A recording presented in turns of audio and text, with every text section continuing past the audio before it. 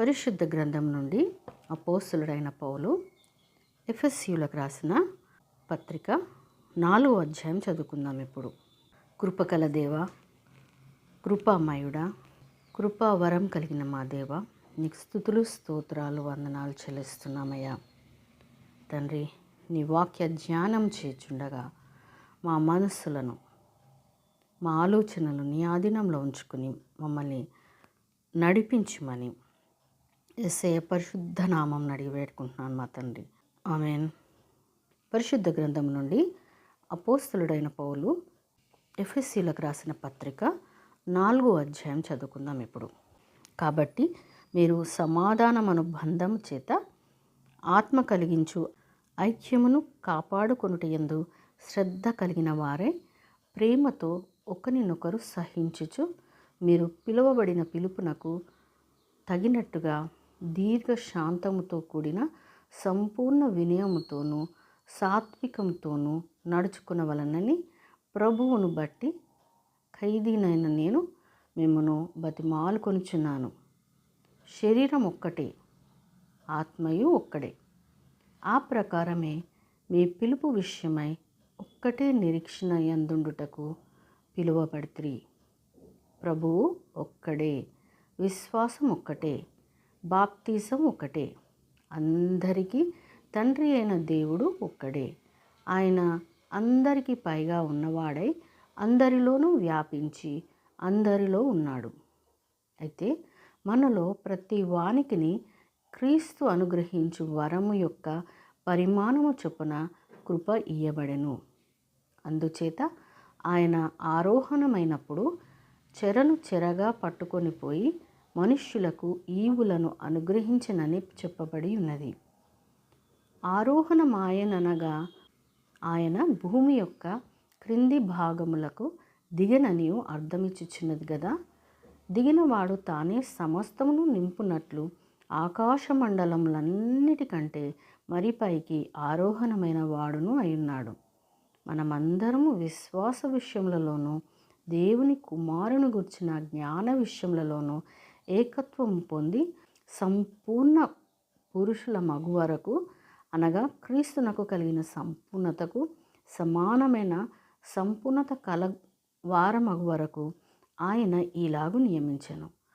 పరిశుద్ధులు సంపూర్ణులగునట్లు క్రీస్తు శరీరము క్షేమాభివృద్ధి చెందుటకును పరిచర్య ధర్మము జరిగించుటకును ఆయన కొందరిని అపోస్తులులను గాను, కొందరిని ప్రవక్తలను గాను, కొందరిని సువార్తికులను గాను, కొందరిని కాపురులను గాను, ఉపదేశకులను గాను నియమించెను.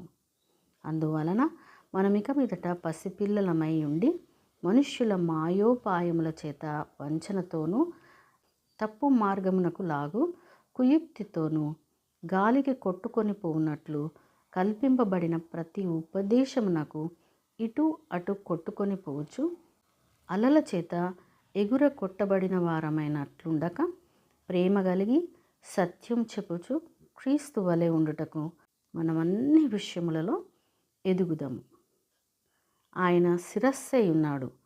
ఆయన నుండి సర్వ శరీరము చక్కగా అమర్చబడి తనలో ఉన్న ప్రతి అవయవము తన తన పరిమాణము చొప్పున పనిచేయుచుండగా ప్రతి కీలు వలన కలిగిన బలము చేత అతుకుబడి ప్రేమ యందు తనకు క్షేమాభివృద్ధి కలుగునట్లు శరీరమునకు అభివృద్ధి కలుగు చేసుకొంచున్నది. కాబట్టి అన్యజనులు నడుచుకున్నట్లు మీరిక మీదట నడుచుకునవలదని ప్రభువునందు సాక్ష్యమిచ్చుచున్నాను. వారైతే అంధకారమైన మనస్సు గలవారై తన హృదయ కాఠిన్యం వలన తమలోనున్న అజ్ఞానము చేత దేవుని వలన కలుగు జీవములో నుండి వేరుపరచబడిన వారై తమ మనస్సునకు కలిగిన వ్యర్థత అనుసరించి నడుచుకొంచున్నారు.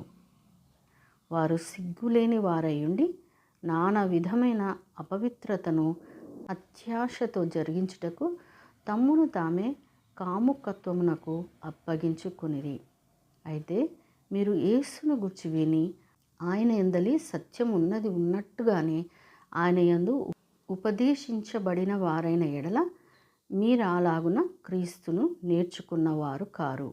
కావున మునుపటి ప్రవర్తన విషయంలోనైతే మోసకరమైన దురాశ వలన చెడిపోవు మీ ప్రాచీన స్వభావమును వదులుకొని మీ చిత్తవృత్తి యందు నూతన పరచబడిన వారై నీతియు యథార్థమైన భక్తియు గలవారై దేవుని పోలికగా సృష్టించబడిన నవీన స్వభావమును ధరించుకొనవలెను.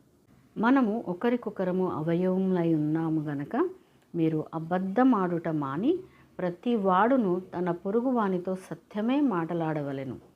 కోపపడుడి కానీ పాపము చేయకుడి.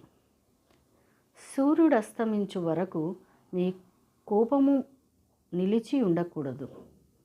అపవాదికి చోటు ఇయ్యకుడి.